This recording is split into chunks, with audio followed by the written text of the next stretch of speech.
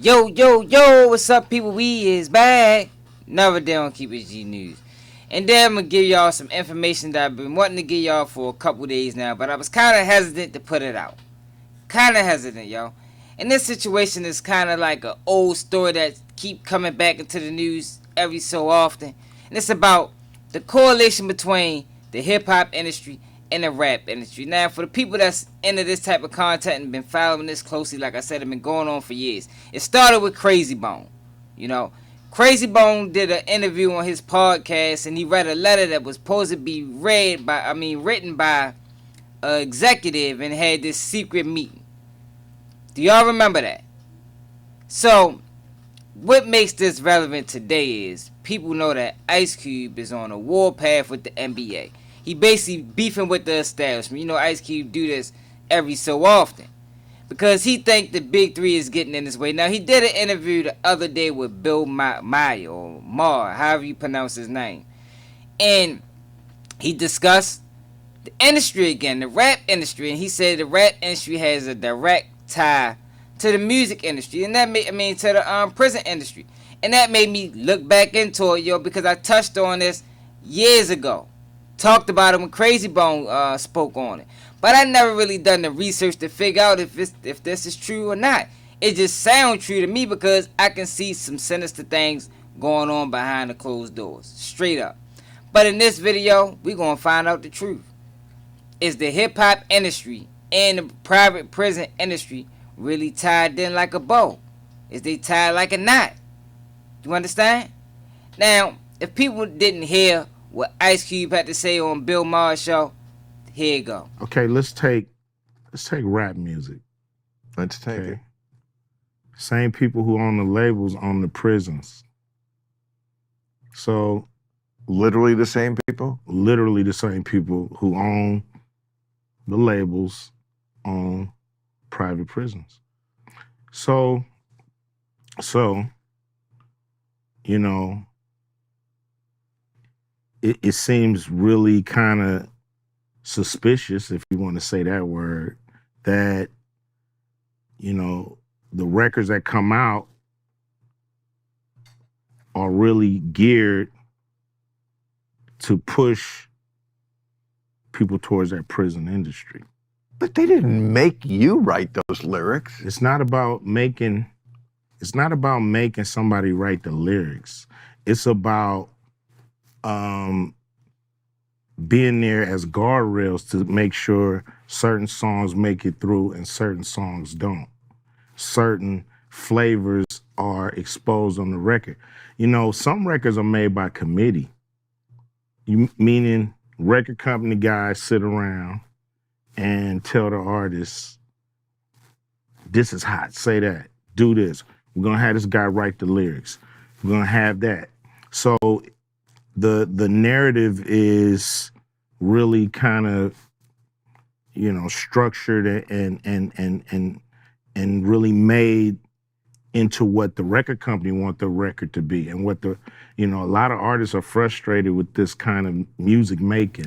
Now make sure y'all share this video, y'all, because I doubt if YouTube is going to push it at all. Might not even make the algorithm, because they don't want people to know the truth. But like I said, in this video, we're going to find out what's the truth. And it's all public record, so it's really not hard to research, even though before I found this article, which is an old article from 2013, and I was doing my own research, I just was going down a rabbit hole.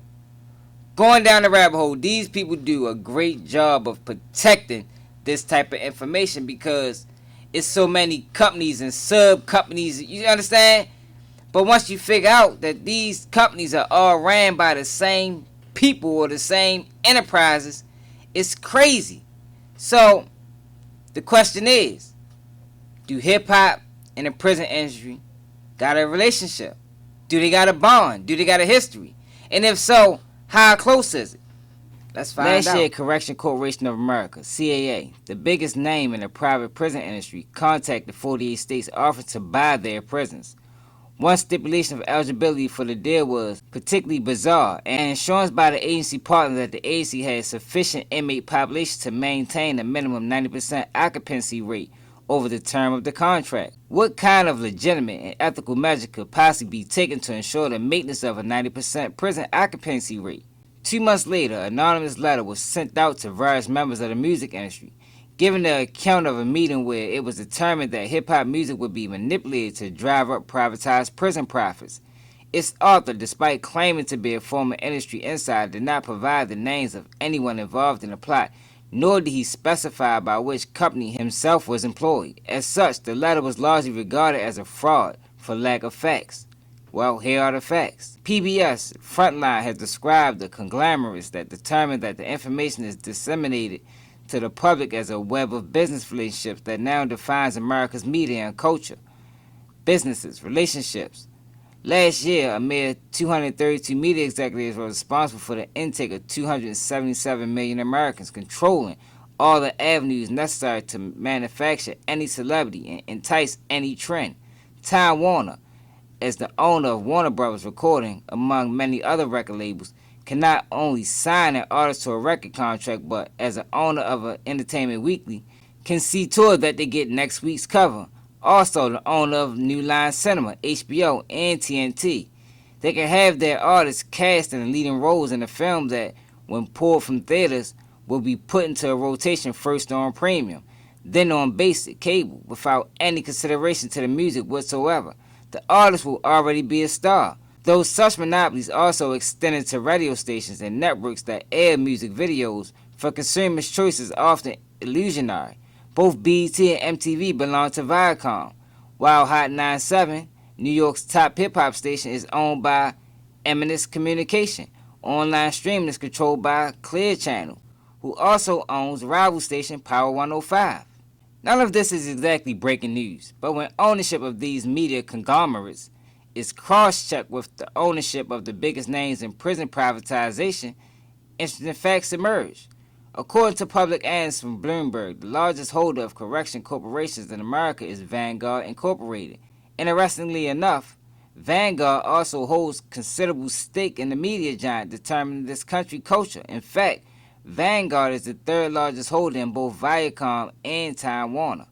Vanguard is also the third largest holder in GEO Group, whose correctional detention and community reentry service boasts 105 facilities, approximately 73,000 beds, and 18,000 employees, second nationally only to Correction Corporations of America. GEO's facilities are located not only in the United States but in the United Kingdom, Australia, and South Africa.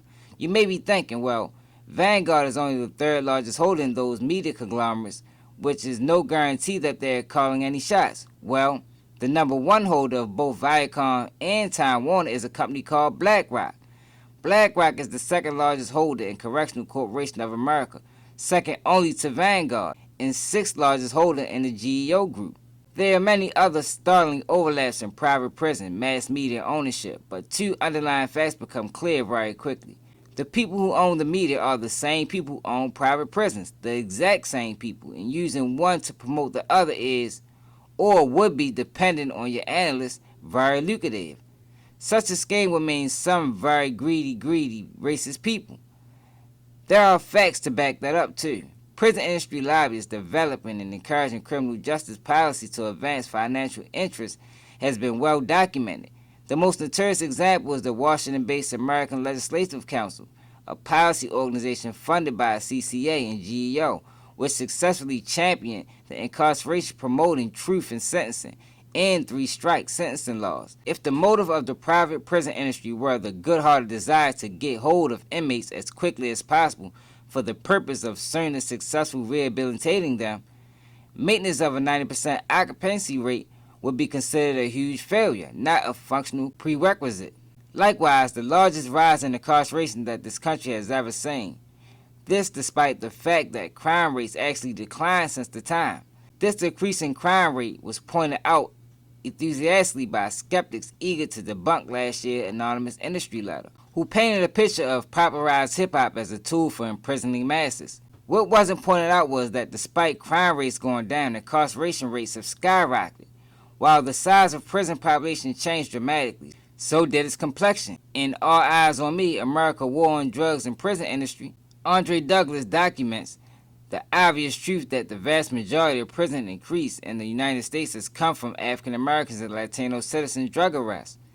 Add to this well-documented statistic proving that the so-called war on drugs has been waged almost entirely on low-income communities of color, where up until just 2 years ago, cocaine sold in crack form fetched sentences 100 times as lengthy as the exact same amount of cocaine sold in powdered form, which is much more common than cocaine arrests in affluent communities.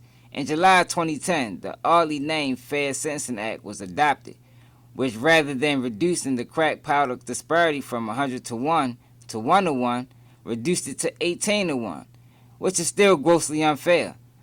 This is not to suggest that crack powder disparities represent the extent of racism rampant with the incarceration industry. The U.S. Sentencing Commission reported in March 2010 that in federal prison systems, even where convicted of the same exact crimes, people of color receive prison sentences 10 times longer. Where convictions were identical, mandatory minimum sentences are also 25% more likely for people of color.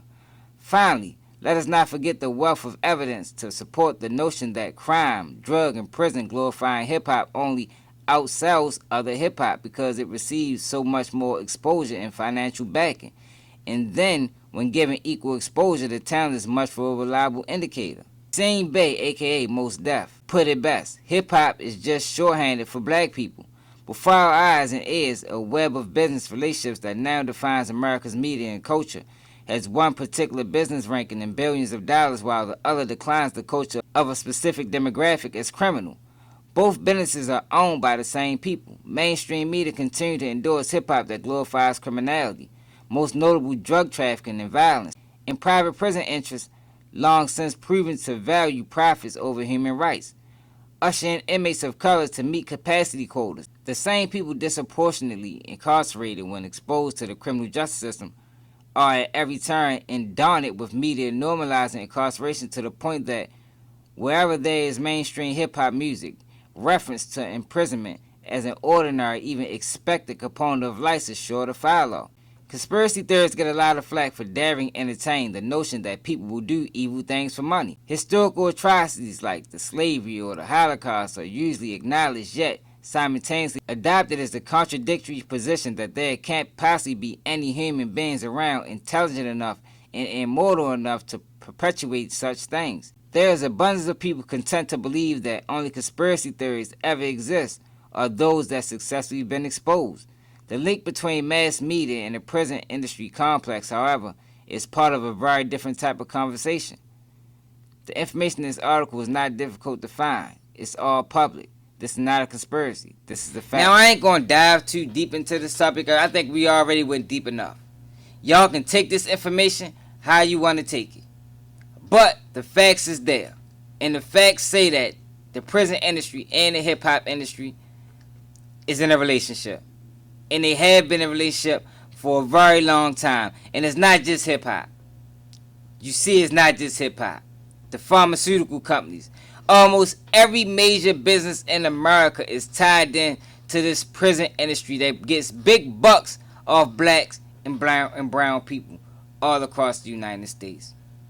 And when you take this and you talk about the hip-hop industry and the things that it's doing to our community, the question remains, is it intentional? And I think it need to be investigated thoroughly, but it's hard for it to be investigated where there's so many major players involved. Who's going to investigate it? You understand? Who's going to investigate it, It's just a tough situation, and it's fucked up, but this is the truth. These are the facts. These are the facts, man. And for the people that's old enough, y'all remember when hip-hop changed. Went from la-di-da-di, we like to party, to sipping on some scissor. But can it be proven that this was designed intentionally? I don't know. But I think it's worth an investigation. But I doubt if anything come out of it. Like I said, this information been out since at least 2013. This is an old article. I'm sure some things probably got rearranged and switched since then. But the basis and the premises and the root of it is the same. The people that's running hip-hop are the same people that's putting big bucks into the prison industry. Straight up. But let me know how y'all feel about it in the comments. Are y'all surprised? Did y'all think it was this deep? Shit, it might get deeper. This might just be the tip of the iceberg. But let me know how y'all feel about us in the comments. This is Keep It G News. Make sure y'all subscribe to the channel, support the movement. Your favorite blogger. Make sure y'all share this video, because like I said, I doubt if YouTube push it. You understand? It's different when you want to come up and you speaking like this to where it's when you already there. Yeah, man? I'm on to come up, but I got to keep it real at the same time. And this is information that I think we all should know as a community. You know, because most of us support rap. Yeah, man? But it's like we supporting rap, but then we got beef with the prison system. But it's like how when it's all one entity. And I'm out. Dreaming about your dreams. I been living out my nightmares. I been missing out in bed. The other night she was right there. I be lurking with my bros. I be crying with my mom.